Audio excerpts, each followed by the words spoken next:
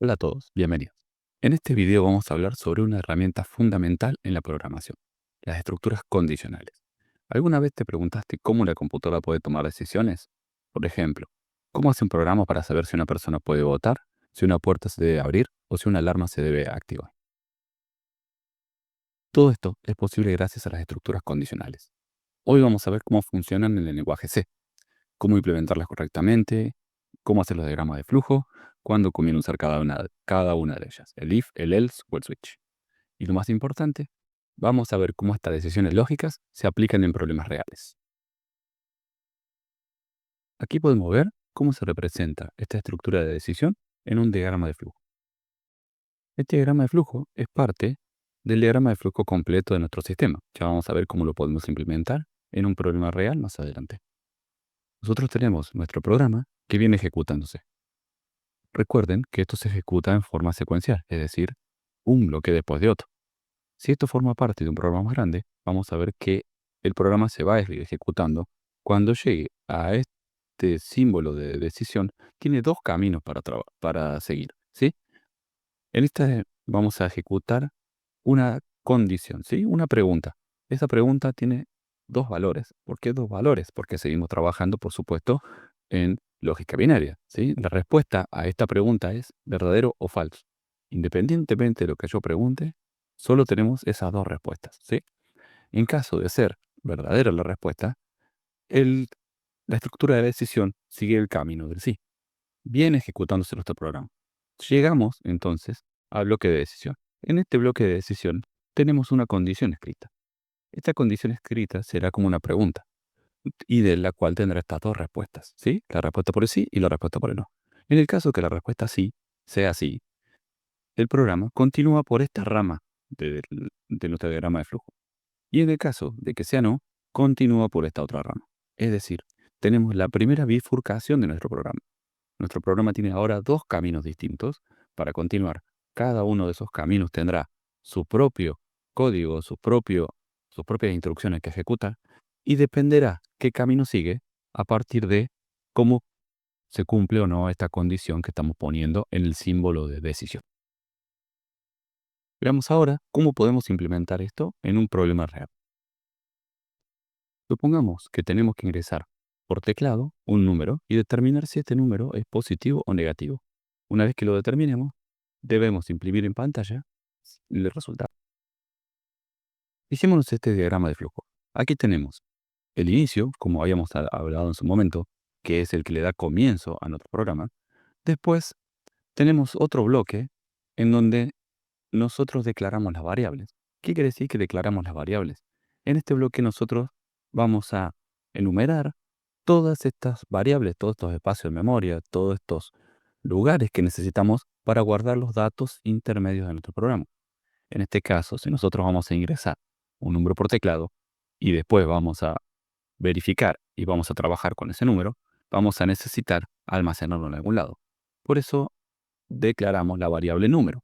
Esta variable nos va a servir para almacenar los datos y recuperarlos cuando lo necesitemos. Una vez que declaramos la variable, ¿sí? Que le decimos al sistema que vamos a usar una variable número, necesitamos ingresar ese número por teclado, ¿sí? Recuerden que este bloque era el de ingreso de datos por teclado. Entonces vamos a ingresar datos por teclado y lo vamos a guardar en la variable número. Una vez que tengamos ese dato ingresado en la variable número, lo que vamos a hacer es ejecutar este bloque de decisión, ¿sí? Este bloque de decisión, ¿qué es lo que va a hacer? Va a consultar lo que nosotros querramos que consulte. Si nosotros necesitamos verificar si el número es positivo, podemos preguntar si el número es mayor a cero, ¿verdad? Entonces, en ese caso vamos a tener dos respuestas posibles. O el número es mayor a cero o no lo es. En el caso de que lo sea, ¿sí? Nuestro diagrama de flujo va a continuar por el camino del sí. Si vemos el camino del sí, vamos a encontrarnos con este otro bloque que, si recuerdan, era el bloque de imprimir en pantalla, ¿sí? Entonces, el bloque del sí el camino del sí, nos va a imprimir este título por pantalla, ¿sí? ¿Qué es lo que vamos a imprimir? Solamente la frase el número es positivo. En el caso de que no lo sea, vamos a terminar nuestro programa. Fíjense también que tanto el camino del sí como el camino del no se unen antes de continuar, ¿sí? Esto es porque si bien tenemos una bifurcación es justamente esto, ¿no? Que se separan los caminos. Una vez que se separan los caminos, ejecutamos el camino del sí o ejecutamos el camino del no, pero antes de continuar nuestro programa, ambos caminos deben unirse para continuar con la ejecución. Independientemente de qué camino haya seguido, cuando llegue a este bloque, nuestro programa terminará. Ahora vamos a ver cómo implementamos en lenguaje C este diagrama de flujo que hemos hecho. ¿Sí? Vamos a compilarlo, vamos a trabajarlo y vamos a transformarlo en un programa. En la clase anterior vimos que podíamos usar un compilador online para hacer esto. Ahora vamos a usar un compilador instalado en nuestra computadora. Le voy a dejar en la descripción del video el link para que puedan descargarlo e instalarlo si quieren. Estos compiladores hay varios. Yo estoy utilizando el Silla 1, pero puede usar el de C o hay varios que se pueden trabajar. Es lo mismo, todos cumplen con la misma funcionalidad.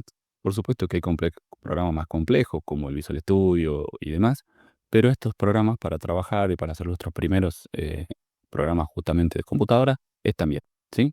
Esto que estamos utilizando se llama IDE, ¿sí? Entorno de Desarrollo Integrado. Ahí es donde vamos a poder escribir nuestro código y vamos a poder compilarlo para que esa compilación se transforme en un programa de computador, ¿sí? Recuerden que la compilación era entender lo que está escrito en un lenguaje que los humanos comprendan y traducirlo a un lenguaje que las computadoras comprendan, ¿sí? Evidentemente, el lenguaje que las computadoras comprenden es el de 0 y 1. Nosotros, para comenzar a utilizar este programa, vamos a ir a comenzar programa simple. Reparen que acá tenemos lenguajes C y C++. Tenemos que elegir lenguaje programa C en blanco. Vamos a crearlo y ahí nos va a dar un esqueleto de nuestro programa.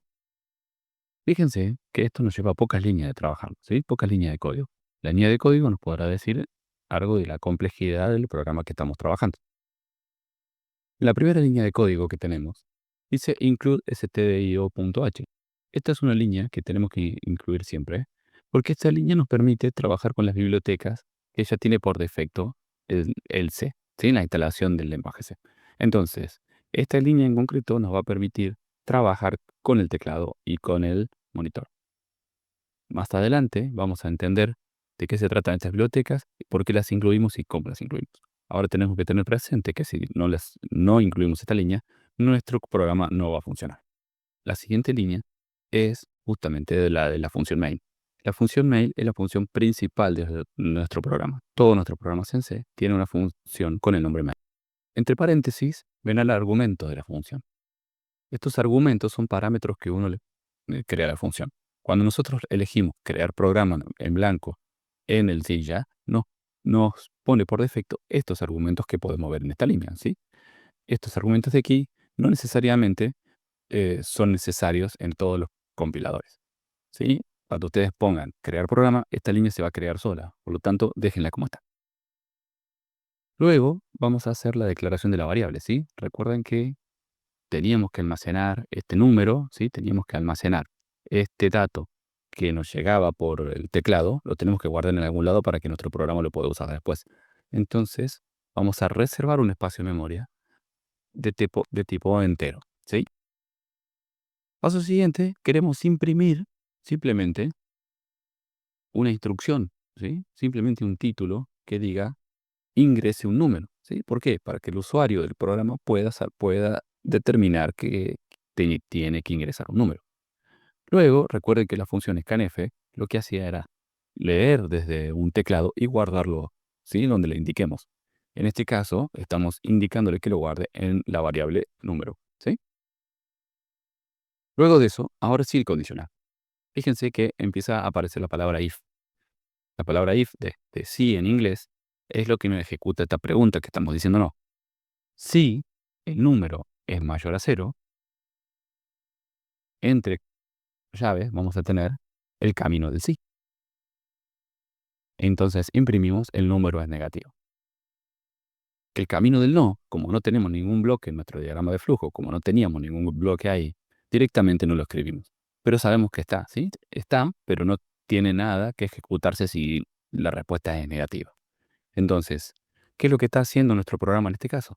Si la respuesta a la pregunta número mayor a 0 es positiva, lo que va a hacer es nos va a imprimir un cartel en la pantalla que dice el número es positivo. Si nosotros presionamos la flechita verde que está aquí arriba, vamos a ver que dice guardar, compilar y ejecutar.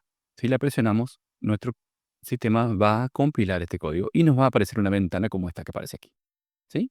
En donde dice ingrese un número. Si se fijan, esto que figura aquí es lo mismo que, que hemos puesto como título acá, ¿no? Ingresen un número. Vamos a ingresar un número, no sé, el 5. ¿Qué pasaría si nosotros, o qué esperamos que pase si ingresamos el 5? Si nosotros ingresamos el 5, tendría que venir a comprobar si el número es mayor a cero.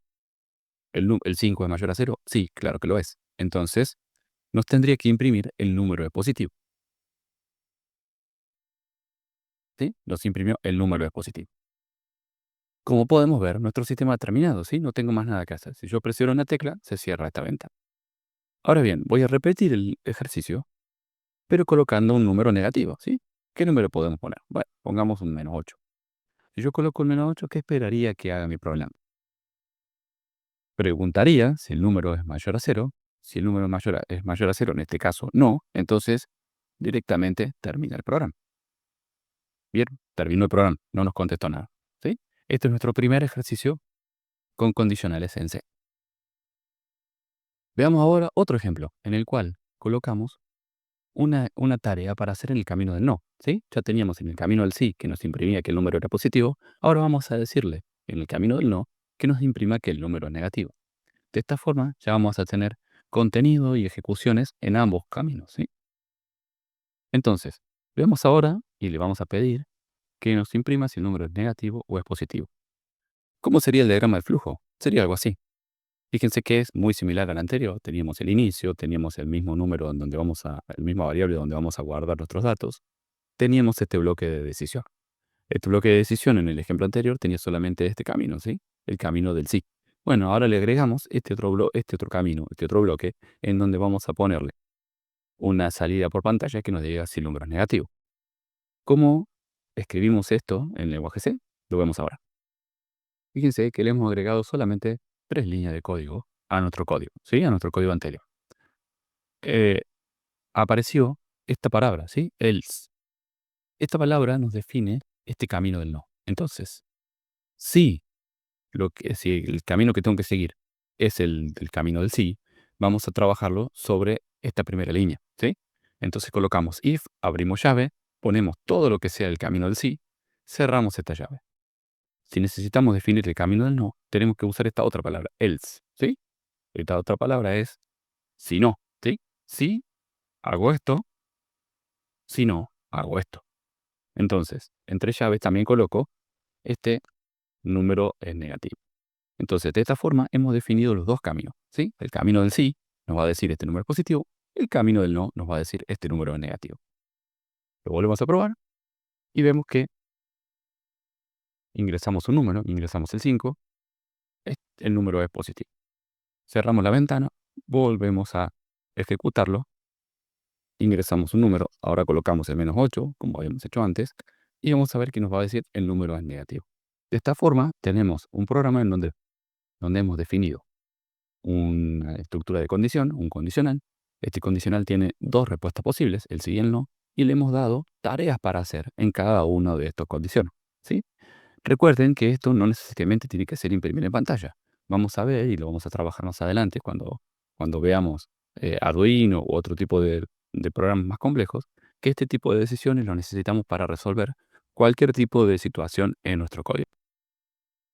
En nuestros ejemplos hemos usado como condición si el número, ¿sí? Si lo que había almacenado en la variable número, si lo que tenía guardado yo en número, que a su vez era lo que había entrado por teclado, era mayor a cero, ¿sí? Y hay dos respuestas ahí, o es mayor a cero o no lo es. Ahora bien, ¿qué pasa si yo quiero consultar otro tipo de cosas? Evidentemente, si puedo consultar si es mayor, puedo consultar si es menor. Puedo consultar si es igual, puedo consultar si es distinto, ¿sí? Puedo consultar si es mayor o igual, puedo consultar si es menor o igual. Todo eso tiene una forma de escribirse en C que lo vamos a ver a continuación. Miremos entonces esta tablita a modo de ejemplo, ¿sí? Nosotros podemos hacer consultar si A es mayor que 3, ¿sí? Entonces, acá, si A vale 10, evidentemente el resultado va a ser correcto, ¿sí? Nos va a dar el camino del sí. Ahora, si A es igual a 3, nos va a dar que no. Podemos consultar también si es menor a 10, ¿sí? Si B, en este caso, vale 8, el resultado es positivo, ¿sí? Porque 8 es menor a 10. Si, en este caso, B vale 15, evidentemente el resultado es que no, ¿sí? Es un resultado falso. La forma de preguntar si es igual es con dos signos iguales, ¿sí? Acá tenemos la primera diferencia, lo que nosotros podemos pensar como algo lógico y tradicional. ¿Por qué usa dos signos iguales? Porque si yo le pongo un solo signo de igual, lo que va a hacer es que va a cargarle a C, es decir, le va a decir que C vale 12. Y nosotros no queremos decirle que vale 12, queremos preguntar si vale 12. Entonces, la forma que tiene el lenguaje C para poner esa pregunta es usando dos signos iguales consecutivos, ¿sí? Entonces yo tengo que ponerle C es igual a 12. Si yo hago eso y C justamente vale 12, vamos a ver que me va a dar como respuesta que sí, ¿sí? Afirmativo, va a ir por el camino del sí. Y si vale cualquier otra cosa, si C tiene cualquier otro valor que no es 12, el camino que seguirá será el del no, por supuesto. ¿Cómo le pregunto si es distinto? Bueno, le tengo que preguntar con esta forma, ¿sí? Le tengo que preguntar con em, si D es distinto a 5, lo hago con signo de exclamación igual, ¿sí? No tenemos en el teclado un distinto, el símbolo distinto, por lo cual la forma que tiene C de escribir ese si es distinto es un símbolo de exclamación y un igual. Eso nos va a preguntar si es distinto. Entonces, si D es igual a 5, si yo a D le pongo 5 y le hago la pregunta, lo que me va a decir es obviamente que no es igual a 5. Entonces, me va a decir que es distinto a 5. Si le pongo un 7, me va a decir que es verdadero, porque yo lo que estoy preguntando es si D es distinto a 5, ¿sí? Cualquier otra cosa que tenga guardado D que no sea 5, me va a dar por el camino del 5. También puedo comparar variables entre sí. No hace falta que sean números, ¿sí? Yo puedo tener dos variables, m y n, por ejemplo, y compararlas entre sí. Tengo algo guardado en m, algo guardado en n, y las voy a comparar. Puedo comparar también si las variables son menores, si las variables son mayores. Puedo también comparar si un número es mayor o igual a otro o menor o igual a otro. En este caso de aquí estamos comparando si A es mayor o igual a 20, ¿sí? Si A vale 20, nos va a dar correcto. Si A vale 15, nos va a dar eh, incorrecto, ¿sí? Nos va a dar negativo, nos va a ir por el camino del no. Si A vale 25, evidentemente también será por el camino del sí. De igual forma, hago si B es menor o igual a 31, ¿sí? Si es menor, si B vale 31, me va a dar correcto. Si vale 20, también me va a dar correcto. Y si vale 50, me va a dar incorrecto. Fíjense que la forma de escribir mayor igual o menor igual es justamente el símbolo de mayor o el símbolo de menor seguido por el símbolo de igual. Bien, hasta aquí hemos visto cómo se implementa en diagrama de flujo una estructura de decisión y cómo se codifica en C.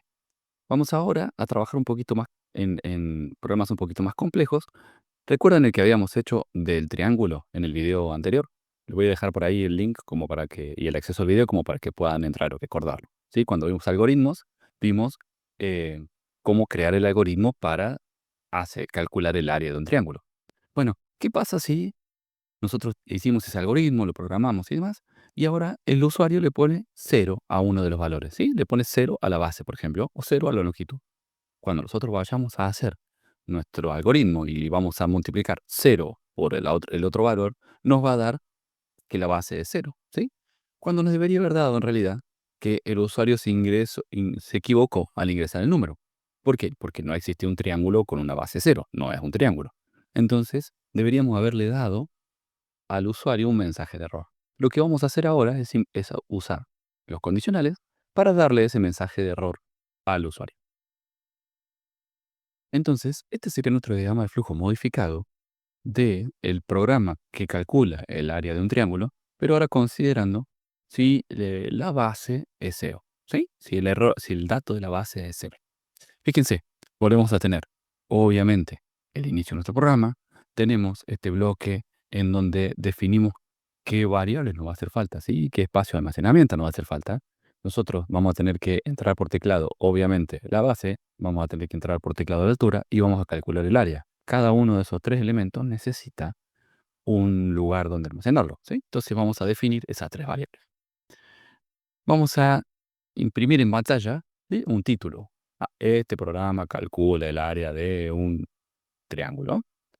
Después le vamos a decir al usuario que ingrese la base. Vamos a leer esa base por teclado. Le vamos a decir ahora que nos ingrese la altura. Vamos a leer esa altura. Y tanto la base como la altura la vamos a guardar en las variables que reservamos y que necesitamos. Luego de eso, vamos a ir, nuestro programa continúa, ¿sí?, seguimos la flecha, y vamos a ir a la estructura de decisión. ¿Sí? La estructura de decisión, ¿qué va a hacer? Y va a consultar. La base es 0. Si la base es 0, si es que sí, la respuesta, obviamente que voy a ir por el camino del sí. Entonces voy a imprimir un mensaje de error diciéndole al usuario que la base que ingresó es 0. Si es que no, es que tengo la base como un dato correcto. Si la base es un dato correcto, puedo entrar a este bloque de cálculo en donde voy a calcular directamente el área, ¿sí? La base por la altura dividido 2. Una vez que hago eso, imprimo el resultado del área en la pantalla. Fíjense que se vuelven a unir los caminos del sí y del no antes de seguir al siguiente bloque. ¿Y cuál es el siguiente bloque? El fin. Mi programa termina. Reparen ustedes que acá no estoy usando los condicionales, ¿sí? Acá estoy usando una frase coloquial. Estoy preguntando, la base es 0, ¿sí? Después me preocupo. El verbo flujo no es el momento de preocuparse cómo hago ese condicional. Eso lo hago o me preocupo cuando escribo en C. Acá simplemente definir el algoritmo, ¿sí? Entonces lo puedo definir de esta forma, preguntando la base es 0, sin tener que saber o sin tener que ver cómo es la sintaxis, ¿sí? Cómo es la forma de escribirlo esto en C. Bien, vamos a ver entonces ahora cómo este programa se escribe en lenguaje C, ¿sí? Vamos a tener, obviamente, el include como siempre para llamar esta librería que nos va a hacer la interfaz con el teclado y con la pantalla. Vamos a tener el main, ¿sí? Como habíamos dicho, la función principal, la llave que contiene todo. Vamos a declarar, ¿sí?, base, altura y área. Fíjense que acá estamos declarando int, base, coma, altura, coma, área. ¿Por qué lo hacemos así? Porque nosotros habíamos dicho que el punto y coma separaba cada una de las sentencias. Acá nosotros estamos usando coma. Esto es equivalente a si yo quiero hacerlo así, ¿sí? Digo, se lo muestro ahora como para que tengan presente cómo se puede implementar también, ¿sí?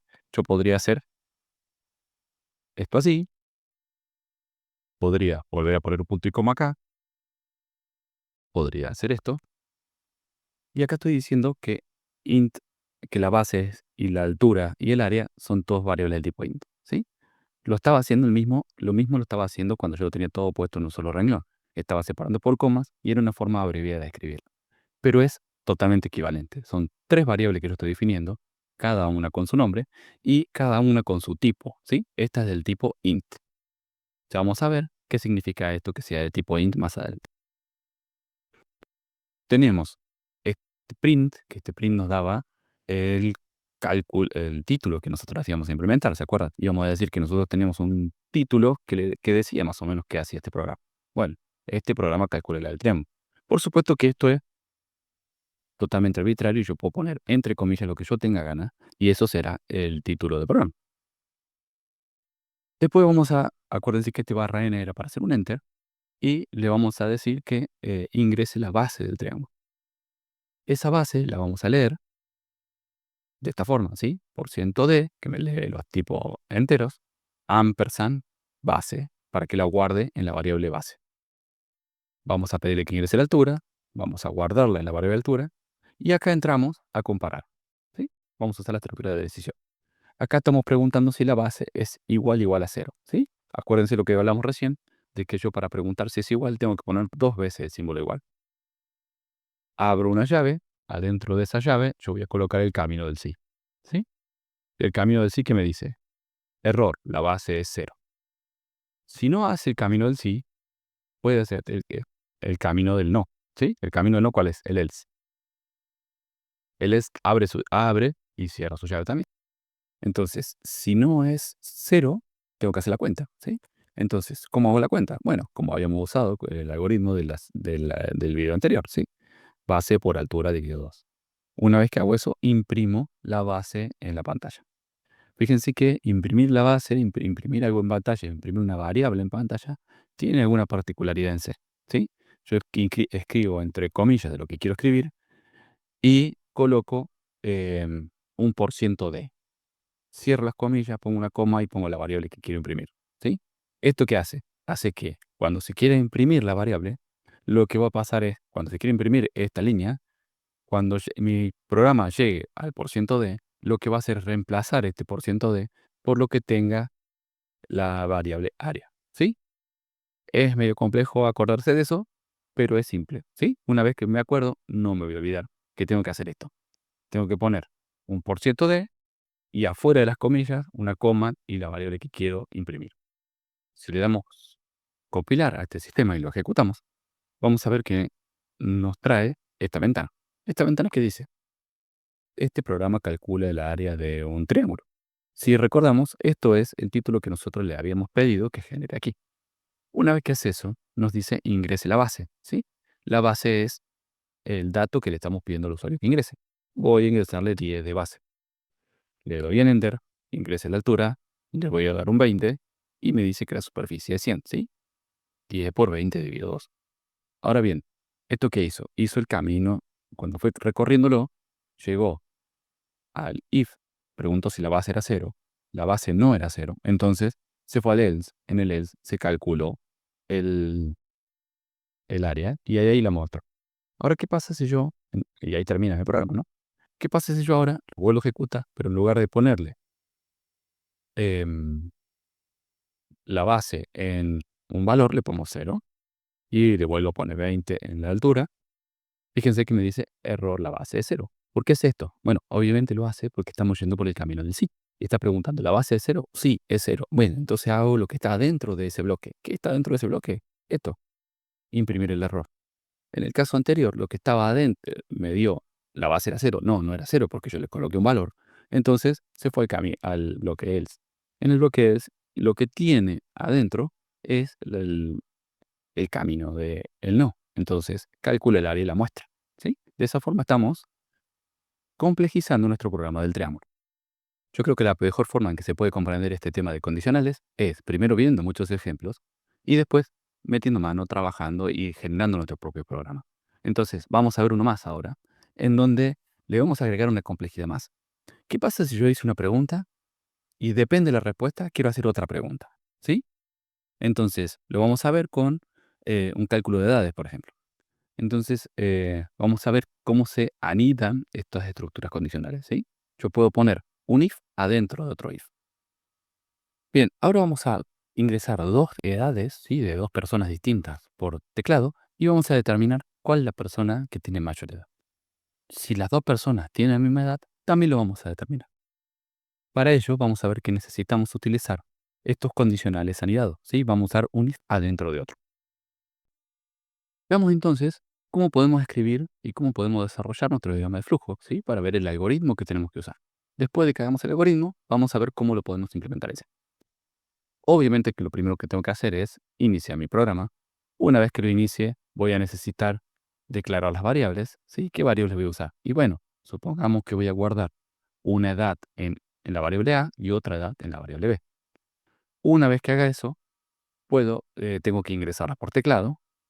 Después que lo ingrese por teclado, lo que tengo que hacer es preguntar si A es igual a B. Si es igual a B, listo, imprimo un cartel que diga las dos edades son iguales. Si no es igual a B, tengo que volver a comparar cuál es la mayor, ¿sí? Estoy preguntando si A es mayor a B. Si A es mayor a B, ¿qué quiere decir? Que A no es igual a B, A es mayor a B, entonces evidentemente A es la edad mayor. Ahora bien, si no son iguales y A no es mayor, ¿qué quiere decir? Que B es mayor, ¿sí? Entonces, voy a imprimir B es mayor. Como ven, acá tenemos un if adentro de otro if. Todo este if está adentro del camino del no de este if que puse primero. Después, este if se cierra, se juntan los caminos y se vuelve a juntar los caminos del if más grande, ¿sí? Entonces, esto se llama if anidados. Un if adentro de otro if para hacer preguntas sucesivas, ¿sí? Si pasa esto, pregunto esto otro. Fijémonos entonces ahora cómo queda esto si nosotros los queremos escribir en C, ¿sí? Volvemos a tener el include, en donde tenemos estas librerías que siempre hablamos. Volvemos a tener la función principal de main. Volvemos a tener la declaración de variables, ¿sí? Esta declaración de variables tiene las dos variables que habíamos puesto en nuestro diagrama de flujo, ¿sí? A y B. Fíjense en una particularidad de acá. No es necesario específicamente para este programa, pero lo están poniendo para que nos vayamos acostumbrando a eso. Fíjense que en esta inicialización de las variables, o sea, en esta declaración de variables, también la estoy inicializando, ¿sí? Le estoy diciendo que guarde ese espacio, que le ponga el nombre A y que a la vez le asigne el valor 0, ¿sí? La estoy declarando y le estoy poniendo 0 al principio, ¿sí? Esto va a ser especialmente útil cuando nosotros necesitamos que una variable ya venga con un valor preestablecido desde el inicio. En este caso, no sería necesario, pero lo estamos poniendo como para que nos vayamos familiarizando con ese tema. Ahora bien, una vez que declaramos las variables, lo que estamos haciendo, que si bien esto no estaba en el diagrama de flujo, lo estamos poniendo para que el usuario lo entienda mejor el código. ¿Sí? El diagrama de flujo, el algoritmo es el mismo, pero evitamos y sacamos algunas cuestiones para que sea más corto, ¿sí? El diagrama de flujo. Entonces, estas salidas por pantalla, lo que estamos haciendo es no ponerlas en nuestro diagrama de flujo, ¿sí? No son vitales para el algoritmo funciona exactamente igual, pero cuando nosotros escribimos el código en C, le hacemos algunas aclaraciones al usuario. Entonces, acá estamos diciendo que ingrese la primera edad. Leemos la primera edad, le pedimos que ingrese la segunda, leemos la segunda. Y ambas, o por supuesto, las guardamos en A y B como las variables que están destinadas a nuestros datos. Una vez que hicimos eso, ya tenemos las dos variables guardadas en memoria. ¿Qué hacemos ahora? Bueno, usamos justamente esta estructura de decisión. Esta estructura de decisión, ¿qué va a hacer? Va a comparar si A y B son iguales. Fíjense que en el diagrama de flujo era un solo igual, ¿sí? Porque estamos preguntando si A era igual a B. Ahora que ya estamos utilizando el C, tenemos que usar la sintaxis de C. Ahora necesitamos, para preguntar si son iguales, tenemos que poner los dos signos de igual. Abrimos la llave. Acuérdense que la llave contiene todo ese camino del sí. ¿Qué era el camino del sí? El único camino del sí que tenía el primer if era escribir si eran iguales las variables. Bueno, acá, si A es igual a B, claramente lo que tengo que hacer es poner en la pantalla que son iguales. En cambio, si no son iguales, va a ir por el camino del no. En el camino del no, ¿qué hago? Bueno, vuelvo a preguntar para determinar cuál es la mayor. Entonces pregunto si A es mayor a B. Acá, si la respuesta es sí, ¿qué quiere decir? La primera edad es la mayor. ¿Por qué la primera? Porque yo la primera que ingresé fue A. Entonces me está diciendo que A es mayor. Si es que no, ya preguntamos arriba si eran iguales. Entonces, si no son iguales porque lo pregunté arriba, A no es mayor porque me está dando que el camino del no, ¿cuál es la única opción que me queda? Que la mayor sea B. ¿Sí? Entonces, escribimos eso. Fíjense que hay que tener precaución con el tema de las llaves, ¿no? Porque la llave es lo que me determina dónde empieza un bloque y dónde termina. Entonces, tenemos, fíjense, si yo le hago clic a la llave, en este programa se pinta de color la que la cierra. Fíjense que esta es la llave del if. Esta es la llave del else. Todo esto está dentro del else del primer if. ¿Sí? Adentro del if, del segundo if, tengo solamente la propiedad mayor. Y adentro del else, de la segunda estructura, tengo la segunda edad mayor. Si yo esto lo ejecuto y lo corro, apretando la flechita, ¿qué va a aparecer? Y me va a aparecer ingrese la edad. Yo acá le puedo poner 20. Evidentemente, esta edad, ¿qué va a hacer? Esta edad se va a guardar acá en A, ¿verdad? Entonces, voy a ingresar 20. Ingreso la segunda edad, 25. ¿Qué va a pasar acá? Va a preguntar si las dos edades si son iguales. No son iguales, entonces va a pasar al siguiente if. Va a preguntar en el siguiente if si A es mayor a B. A es mayor a B, y en este caso no, porque va a ser 20 y B es 25. Entonces, ¿qué va a pasar? Me va a terminar yendo a este último else, que me va a decir la segunda edad es mayor. Y eso es lo que me está mostrando mi código. Ahora bien, si esto lo termino y lo ejecuto de vuelta, y le pongo 15 y 15, evidentemente voy a ir por el sí del primer if y me va a decir las edades son iguales. Por supuesto que esto lo pueden probar las veces que quieran, escriban este código en C y prueben con diferentes edades y demás. Ahora vamos a pasar a la segunda estructura de condicional que vamos a ver hoy, que es la estructura del switch. ¿Para qué se usa el switch? El switch se usa para cuando nosotros tenemos múltiples preguntas que hacer, ¿sí? Sobre la misma variable. Entonces, en lugar de escribir 20 if a la uno abajo del otro, o 10 if uno abajo del otro, preguntando si A es igual a 5, si A es igual a 6, si A es igual a 7, si A es igual a 8, lo que vamos a hacer es hacer una estructura de switch. Esta estructura de switch me permite resumir esto, me permite hacerlo de una forma más simple, más compacta y más eficiente. Siempre teniendo en cuenta que son preguntas sobre la misma variable. Entonces, este condicional múltiple o switch tendrá la capacidad de seleccionar una opción de una serie de condiciones o casos que establecimos previamente. ¿Sí? La estructura tomará como elemento comparar una variable y el resultado será la ejecución de bloque de operaciones asociado a ese caso evaluado. ¿Sí? Ahí vamos a ver cómo se implementa. Este es el diagrama de flujo o la representación del diagrama de flujo de la estructura switch. ¿Sí? Fíjense que acá tenemos una variable. Esta variable es la que vamos a comparar con cada uno de los casos. Entonces, le voy a colocar cada caso, la condición que tiene y el bloque de operación, ¿sí? En este caso, estamos evaluando la variable y estamos diciendo si vale 1, entra acá, si vale 2, entra acá, si vale 7, entra acá. Y en el default es cuando no es ni 1, ni 2, ni 7 en este caso, ¿sí? Cualquier otro caso que no esté representado en los casos que estoy definiendo va a ir a la estructura de default. Vamos a hacer entonces un pequeño ejercicio, ¿sí? Un pequeño ejercicio donde implementemos esta estructura de switch. Imaginémonos que queremos hacer una mini calculadora, ¿sí? Una calculadora muy simple en donde vamos a ingresar dos números por teclado y después voy a ingresar una opción. Esta opción va a determinar si el número se suma, se resta, si lo multiplico o si lo divido, ¿sí? Si se divide entre sí. Fíjense entonces el diagrama de flujo que tenemos acá. Ya es un diagrama de flujo más complejo, donde tengo más bloques, pero lo vamos a ir entendiendo paso por paso. El primer paso es el inicio, en donde yo voy a iniciar mi programa. Obviamente después voy a declarar las variables. ¿Qué voy a necesitar en las variables? Y bueno, yo dije que voy a tener dos números, ¿sí? Voy a poner el número 1, voy a poner el número 2. Después voy a tener un resultado, ¿sí? Quiero almacenar el resultado de esa operación en algún lado. Quiero decir también que voy a tener que almacenar la operación. ¿Por qué? Porque nosotros dijimos que íbamos a tener suma, resta, multiplicación y división. Entonces eso se lo tengo que pedir al usuario, ¿sí? El usuario va a ingresar tres cosas por teclado. Va a ingresar los dos números y después va a ingresar un número que represente qué quiere hacer con esos dos números. Entonces tengo que guardar esa operación también y después voy a guardar un mensajito de error, ¿sí? Una variable para determinar si tengo un error o no en el cálculo. Entonces, lo primero que voy a hacer, y acá sí lo tengo escrito, es poner un título. Este programa realiza operaciones entre dos números. Después digo, ingrese el primer número.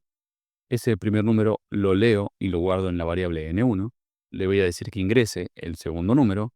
Ese segundo número lo voy a ingresar por teclado y guardar en la variable n2.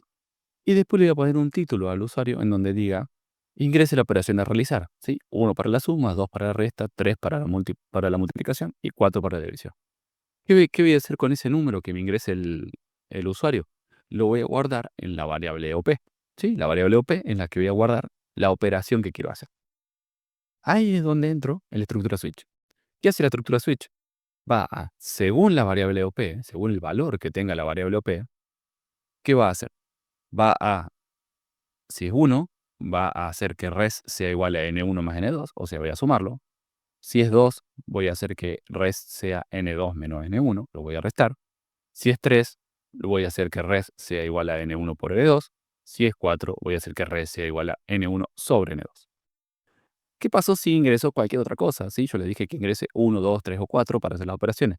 Si al usuario se le ocurrió ingresar 9, yo tengo que pensar qué hacer con eso.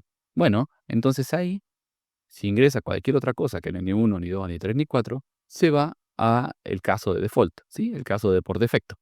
Cualquier cosa que ingrese que no esté previamente definida va a entrar al default. En el default voy a decir error igual a 1. ¿Sí? Voy a guardar un 1 en la variable error. ¿Para qué? Para después entrar en otro condicional, por ejemplo, donde le pregunto si el error es cero. ¿Qué pasó? Si el error es cero, lo que yo voy a tener es que el usuario ingresó la operación correctamente, ¿sí? Entonces puedo imprimir el resultado es res. Ahora, si el error no es cero, voy a imprimir error al ingresar la operación. Una vez que se terminan estos dos programas, luego cierro. ¿Sí? De esta forma nos queda definido un programa en donde estamos usando la entrada por teclado, la salida por la pantalla, el condicional switch, y estamos usando un condicional simple, ¿sí? Un if, para ver si el usuario ingresó bien la operación o no. Evidentemente, hay diferentes formas de hacer esto, formas más eficientes, que nos dan a lo mejor resultados mejores. Pero de esta forma tenemos bien segmentado y bien claro cómo se pueden implementar estas estructuras, ¿sí? Estamos haciendo un programa de ejemplo. ¿Cómo queda entonces este programa escrito en C? Vamos a ver que, de vuelta, tenemos el include stdio.h, tenemos el main como función principal, tenemos la definición de variables. Fíjense que acá estamos usando float. Nosotros para definir variables hasta el programa anterior usábamos int. ¿Cuál es la diferencia entre poner float y poner int? La vamos a ver más adelante a nivel de memoria cómo se trabaja con eso. Pero para que ahora podamos usarlas, vamos a usar float cuando queremos números con coma, int cuando no queremos números sin coma, ¿sí? El float nos permite almacenar números con coma. Si yo quiero que mi calculadora sea capaz de multiplicar 5.2 por 3,8, no lo voy a poder hacer si declaré variables tipo int, ¿sí? Porque el tipo int no guarda las comas, ¿sí? No guarda el número con coma. El tipo float sí. Entonces, si quiero que mi calculadora trabaje con decimales, le pongo float. Hay algunas pequeñas diferencias en el código que vamos a ir viendo para que esto funcione. Entonces, declaro directamente como float a el n1, ¿sí? Al número 1, declaro como float al número 2 y declaro como float al resultado. Después, las operaciones, no hace falta que sean float, ¿sí? ¿Por qué? Porque yo voy a realizar 1, 2, 3 o 4, entonces no hace falta que yo ponga un float ahí, ¿sí? No voy a hacer operaciones con coma. Y tampoco el error va a tener coma, ¿sí? Porque el error o va a ser 0 o va a ser 1. Acá necesitamos que el error arranque en 0. ¿Por qué necesitamos que el error arranque en 0? Porque yo lo voy a poner en 1 si el usuario se equivocó. Pero si el usuario no se equivocó, no lo voy a tocar, ¿sí? Entonces, cuando voy a comparar si el error es 0, necesito que haya venido ya precargado con 0. Por eso es que lo estoy inicializando a la vez de declarando, ¿sí? Eso es lo que hago en este error igual a 0. Después, lo primero que hago es imprimir, ¿sí? Este programa realiza operación entre dos números, como un título. Le pido al usuario que ingrese el primer número. Luego de eso, leo ese primer número y lo guardo en la variable n1. Fíjese acá una diferencia, ¿sí? Nosotros en los programas anteriores teníamos que, cuando usábamos el scanf y definíamos una variable, teníamos un %d, ¿sí? Ese %d, ¿por qué era? Porque nuestras variables que estábamos usando eran del tipo int. Entonces, el tipo int se lee con un %d. El tipo float se lee con un %f, ¿sí? Entonces si vamos a usar números con coma, necesitamos poner un %f. Luego ponemos la coma, como siempre, ampersand n1, que es el lugar en donde lo voy a guardar. Luego de eso, le digo que ingrese el segundo número, lo guardo, lo leo como un float, por supuesto, y lo guardo en n2, y le digo que ingrese la operación, ¿sí? 1 para suma, 2 para resta, 3 para multiplicación, 4 para división. Leo eso, pero fíjense ahora que sí, que lo leo como un %d. ¿Por qué %d? Porque yo acá arriba declaré op como un entero. Entonces lo leo como un entero con el %d. El ampersand op lo tengo que poner igual, por supuesto. Recuerden que cada una de estas líneas termina con punto y coma, ¿no? Y ahora especifico justamente el switch, ¿sí? ¿Qué va a hacer el switch? Fíjense que se escribe como se escribe switch, ¿sí? Entre paréntesis OP. ¿Qué es esta OP? Es la variable que me va a seleccionar en qué caso voy a entrar, ¿sí? Entonces, voy a seleccionar según OP. Fíjense que se escribe case, espacio, el valor que yo quiero que tenga OP, en este caso, y lo que quiero que haga adentro. Dos puntos, ¿sí? Res igual a n1 más n2. Entonces, cuando OP vale 1, va a entrar este case. ¿Qué va a hacer? Me va a sumar N1 y N2 y lo va a guardar en res. ¿Sí? Cada uno de estos cases tiene que tener un break. El break es termina el caso ahí, termina todo. Entonces, cada case va el case con la variable, con el valor que yo quiero que tenga esa variable, lo que quiero que haga si la variable vale eso, y el break para terminar. En el caso 2, lo que voy a hacer es restar. En el caso 3, lo que voy a hacer es multiplicar. En el caso 4, lo que voy a hacer es dividir.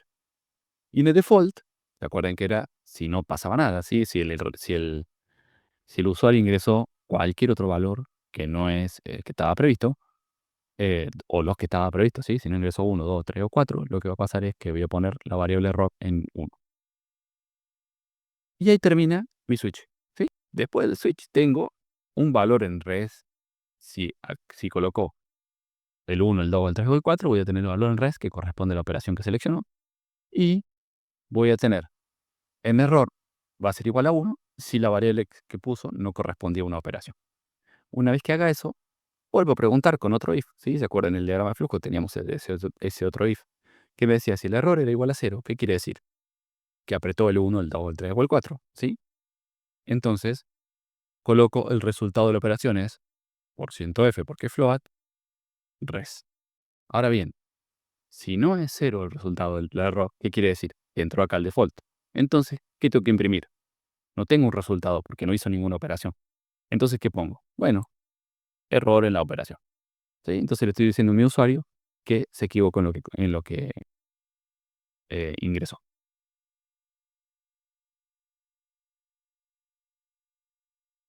Si a esto le doy play, vamos a ver cómo me aparece la ventana, ¿sí? Este programa realiza operaciones entre dos números. Ingrese el primer número, 5. Ingrese el segundo número, 2. ¿Qué quiero hacer? Sumar, restar, multiplicar o dividir. Y voy a sumar. Ingreso el 1. El resultado de la operación es 7. Fíjese que acá me aparece 7 con muchos ceros. ¿Por qué? Porque estamos usando un número float. Cierro. Bueno, vuelvo a ejecutarlo. Ingreso 5, ingreso 2. Y en operación le pongo 8. Error en la operación. ¿Sí? ¿Por qué? Porque no entró al switch en el default. ¿Sí? No entró ni en la suma, ni en la resta, ni en la multiplicación, ni en la división. Entró en el default. Cuando entró en el default, se puso error igual a 1. Cuando se puso error igual a 1, en el if que volvimos a utilizar al final, lo que estamos haciendo es compararlo y a partir de ahí determinar si tenía error o no. Si tenía error, muestro el mensaje de error. Si no lo tenía, muestro el resultado. Y después, bueno, el return 0 como siempre utilizamos para cerrar nuestro código. Bien, hasta aquí hemos desarrollado las estructuras condicionales en C, ¿sí? Hemos usado el if con el else y hemos usado el switch. Estas tres estructuras van a ser vitales para que nosotros podamos desarrollar nuestro programa. Lo vamos a usar en todos los programas que hagamos. Van a tener un switch, o van a tener un if o van a tener un if else. En todos los programas que hagamos van a tener eso, porque es parte de la ejecución de los programas, es parte de la estructura que necesitamos de los programas, ¿sí? Es importante que lo manejen, es importante que dominen este tema, es importante que lo practiquen, ¿sí?